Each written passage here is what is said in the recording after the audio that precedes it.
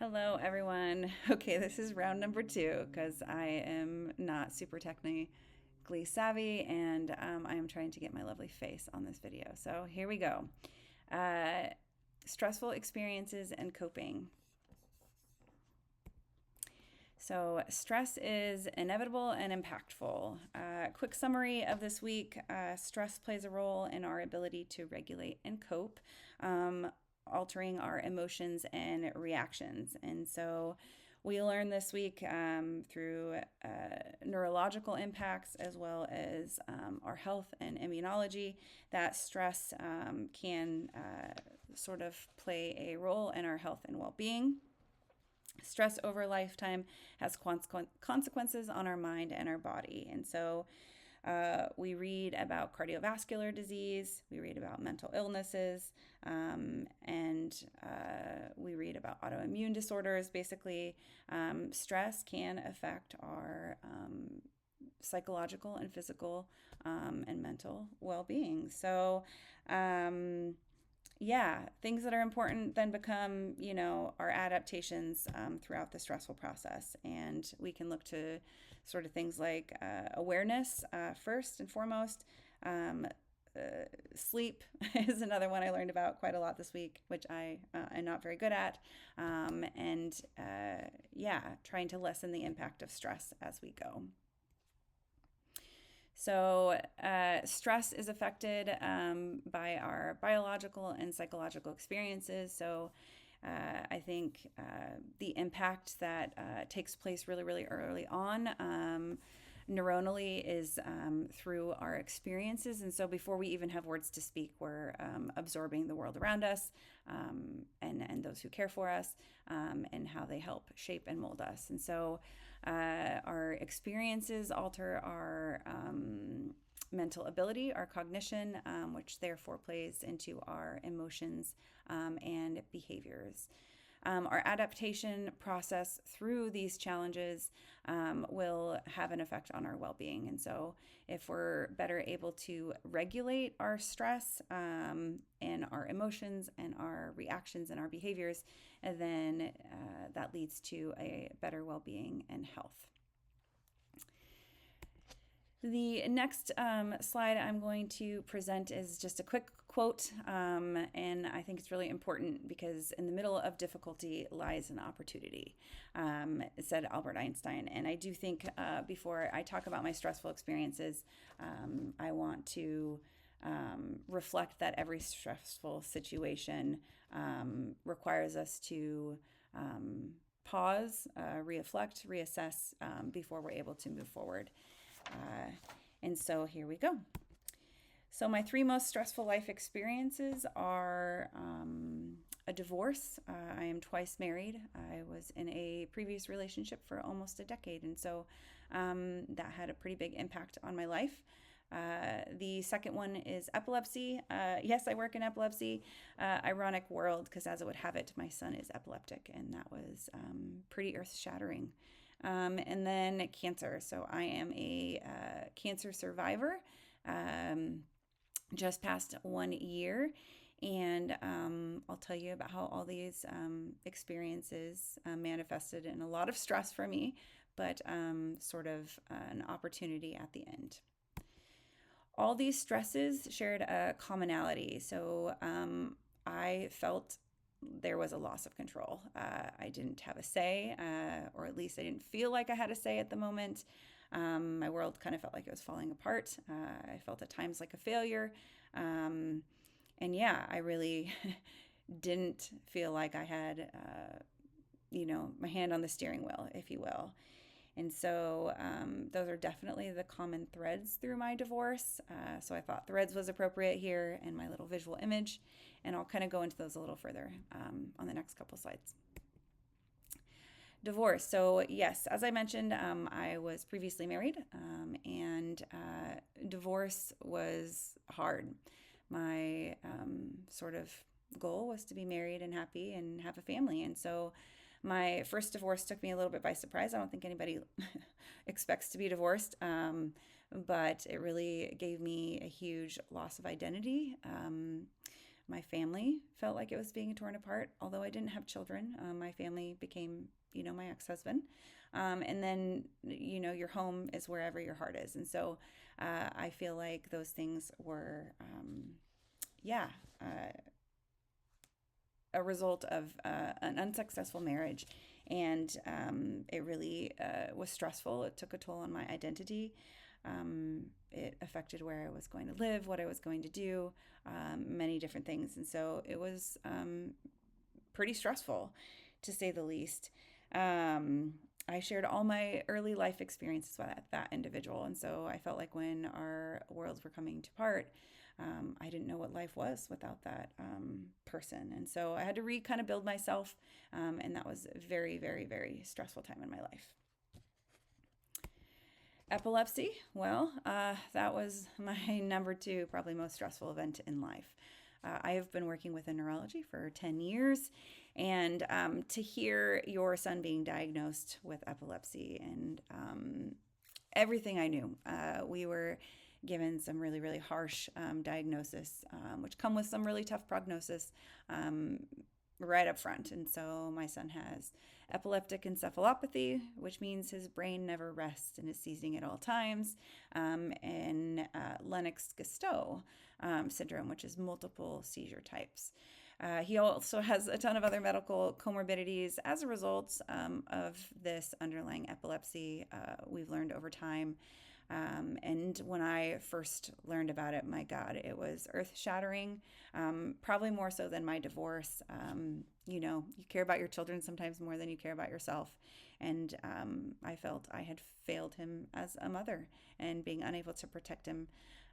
He is intractable epilepsy, and so that just means that there is no explanation for his epilepsy, which is really hard when you work in a medical field and you look for sort of a diagnosis or an answer. And so with that comes some very complex prognosis or, predictions about what life is going to mean for you. And then compound that with, OHSU being a, high level institution where we see probably the worst of the worst for pediatric cases of epilepsy. And that was hard. So I didn't know what that meant. And for my son, you want to protect him from the world and you want him to have a beautiful life. So it felt overwhelming and super, super stressful. And sometimes even now is super, super stressful because I have to really intentionally regulate how fast my mind can go and my emotions and body can keep up with. So third and final, pivotal moment in my life was my cancer. I am a breast cancer survivor. But basically, I learned I had cancer and thought my body was failing me with no warning at all because on my first mammogram ever, I was diagnosed with 2 types of cancer, and I saw it on the MRI. Working in medicine, when something's not supposed to be there. You may not know what it is, but I knew that lovely giant mass was not supposed to be there, and yet I didn't feel it. I felt fine. I was otherwise healthy, so I really felt a moment of, oh my God, my body's failing me. Like, what in the world is happening? And so it was a quick journey, also a 5-week find out you have cancer, chopped off my chest, and then a 1.5 years worth of reconstruction. So it's not a quick process. You still are kind of dealing with it, and I would say I am to this day, right? But they don't give you all the details, and even working in medicine, even experiencing it myself, I think it's hard to share what that feels like. But it felt like I had absolutely no control in the situation. And so how I coped with these sort of big life stressors. Well, this isn't in any particular order, but I would say there are positive and negatives listed here. In shock, always, sometimes being the initial like, wow, I didn't necessarily see my divorce coming or plan for it, right? Nor my cancer or having an epileptic child. And so I was shocked and sort of blindsided by some of those big gravities. And then I think the next two, acceptance and grief, they are interchangeable. So, and they kind of go back and forth, they wax and they wane. But I had to come to terms with all those stressful situations before I would be able to move forward. And I will say, there are times where the grief is more, there are times when the grief is less during different stages of all three of my life experiences: divorce, cancer, and epilepsy. And so I think processing just kind of through the muck and the mud, right? It takes some time to work through and navigate those big stressors. A really helpful tool for me has been through therapy.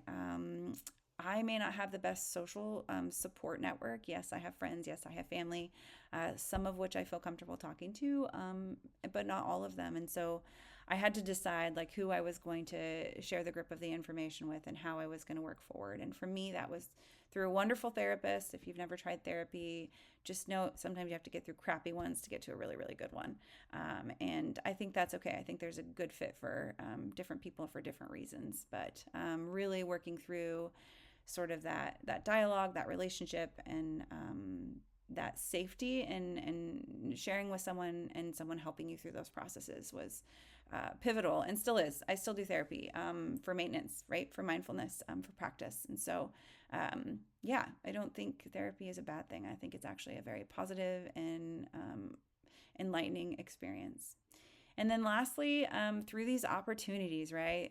Through difficulty, there is an opportunity. And I would say each of these stressful situations offers a lesson or an experience or a perception that may not be something you necessarily want to deal with, but upon reflection, I think if you look for it, can offer sort of an opportunity.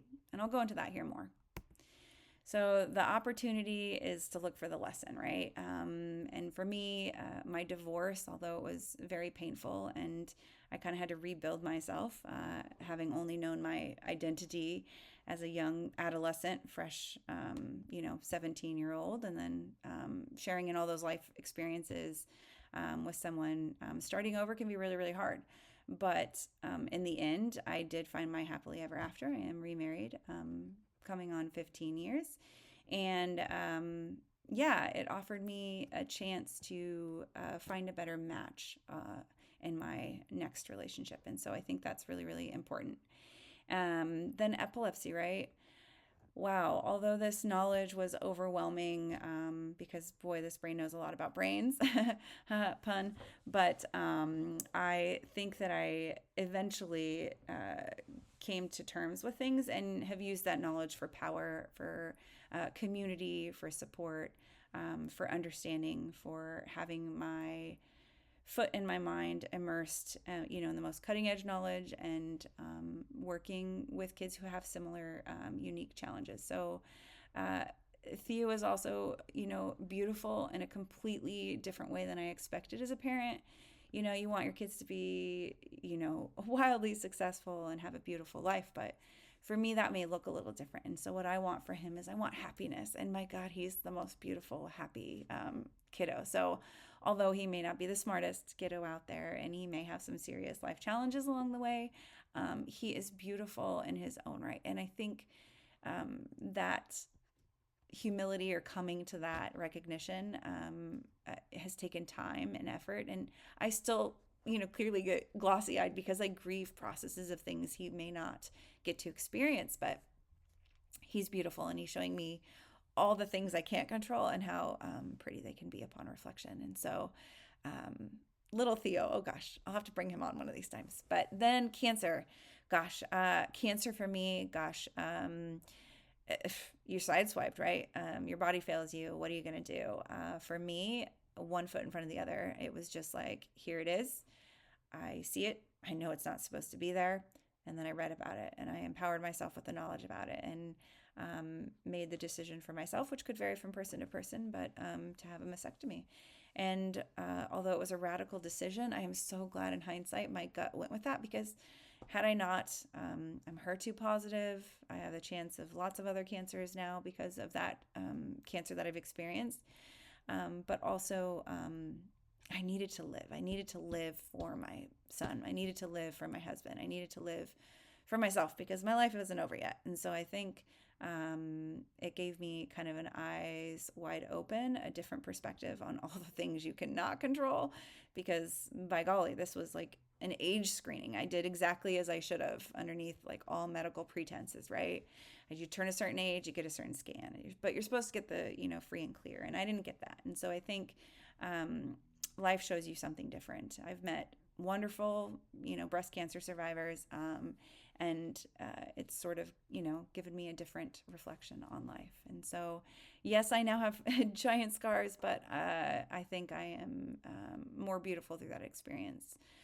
So my underlying message, I guess, and coping with my stress, and hopefully this, shows other people things too, is that the importance of minimizing the control is essential. And so you don't have control. And once you kind of let go of that control, I think the things that are stressful can be looked at from a different angle. And for me, difficulty equates to opportunity. God, I love Albert Einstein. And so, I accept less than perfect. I am not perfect. I will make faults. Things will be stressful, right? They will affect me. But I think just going with some different mindsets and mantras can be potentially really, really helpful. And tools, right? Coping strategies, tools to work through sometimes the unhealthy coping mechanisms of grief and sadness and emotions, and seeing them in a more positive light.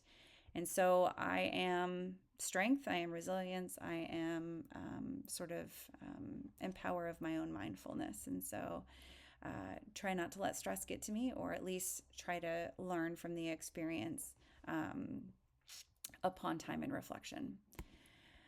New beginnings are often disguised by an end. There's a lot of mindfulness through Buddhist practice. And no, I am not Buddhist, but I think a lot of sort of the, underlying and repetitive references are really just from letting go of the things you can't control, trying to, live through those stressful experiences and see what you can learn from them. And it takes time, it takes effort, it takes reflection. But that is my recap for the week. I will say I only use the text for a reference outside of my own experiences and relating those coping strategies over really last week and this week's readings. And where I will say, my final node to this discussion post will be the application to the reading. And I think although stress is an everyday part of our lives, learning about it, learning about our health, and learning about how we can protect ourselves from those stressful situations, or even coping through those stressful situations, I think can have a large impact on our health, our well-being, our body, and really, the more we know about stress and the more we work with stress, we can learn tools to adapt to the stressors. And so regulating, coping, stress is part of that. And so I hope you all enjoyed my presentation, and have a great week. Thank you.